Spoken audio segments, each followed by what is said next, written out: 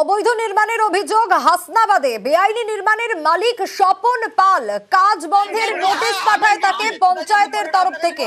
Notice তো তিনি পেয়েছেন, তারপরেও বন্ধ হয়নি কাজ। আর যখন খবর সংগ্রহ করতে যায় নিউজ 18 বাংলা, তখন সেখানে বাধার সম্মুখীন হতে হয় আমাদের প্রতিনিধিকে।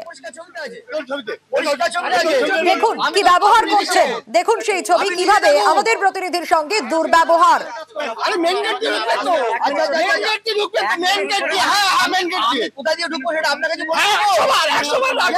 অবৈধ কাজ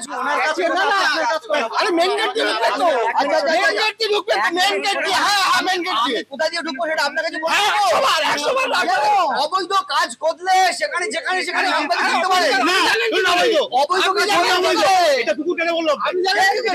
একদম পরিষ্কার ছবিটা আছে, পরিষ্কার ছবিটা আছে।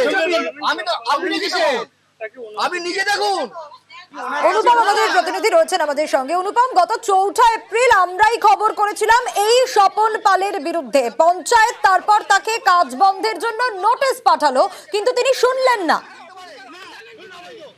হ্যাঁ দেখো সোনিয়া, এই যে স্বপন পাল ভেদিয়া পঞ্চায়েতের একদম উল্টো দিকে যার বাড়ি, সে একটা পুকুর ভরাট করে অবৈধ নির্মাণ করছিল এবং সেই খবর আমরা 4 এপ্রিল করি এবং আমাদের খবর করার পরেই কিন্তু পঞ্চায়েতের যে প্রধান অলিউল মন্ডল তিনি কিন্তু উদ্যোগী হন এবং তাকে এই স্বপন পালকে নোটিশ দিয়ে এই কাজ বন্ধ করার নির্দেশ দেয়। কিন্তু কয়েকদিন বন্ধ রাখার পরে তিনি আবার কিন্তু কাজ শুরু করেন এবং সেই খবর যখন তিনি এই অলিউল মন্ডল অর্থাৎ পঞ্চায়েতের প্রধান যখন পায় বা আমরা পাই, আমরা সেখানে যাই, এই অলিউল মন্ডল সেখানে আবার পুনরায় নোটিশ ধরাতে যান, তাকে কাজ বন্ধের কথা বলতে যান এবং আমিও সেখানে যখন খবর করতে যাই তখন রীতিমতো আমার উপরে চড়া হয়, আমার সঙ্গে দুর্ব্যবহার করা হয়, আমাকে বাজে ভাষা প্রয়োগ করা হয় আমার উপরে।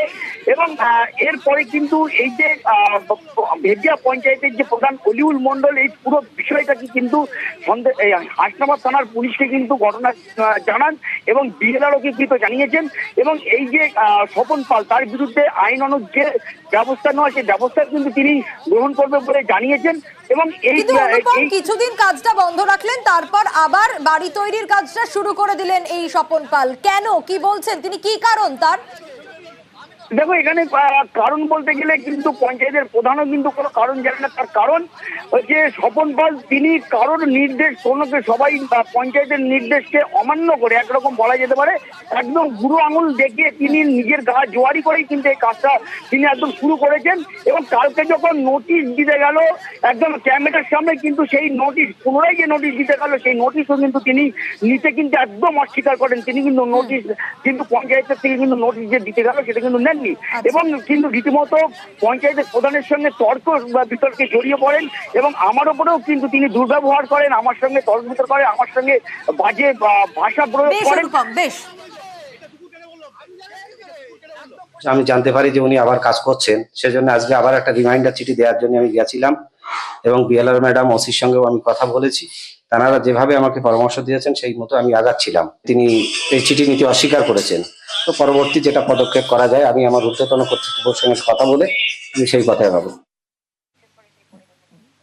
অবৈধভাবে পুকুরগুলো ভরাট করা এবং সেই পুকুরগুলো ভরাট করার উপরে অবৈধ নির্মাণ করা, এগুলো অন্যায়। এবং পঞ্চায়েত যেখান থেকে বলছে যে এটাকে আপনি বন্ধ করুন, সাংবাদিক যদি সেখানে যায় কোনো খবর করতে এবং সেখানে যদি নিগ্রহ হয়, সেই দোষীদেরকে কঠোর শাস্তি দেওয়া উচিত।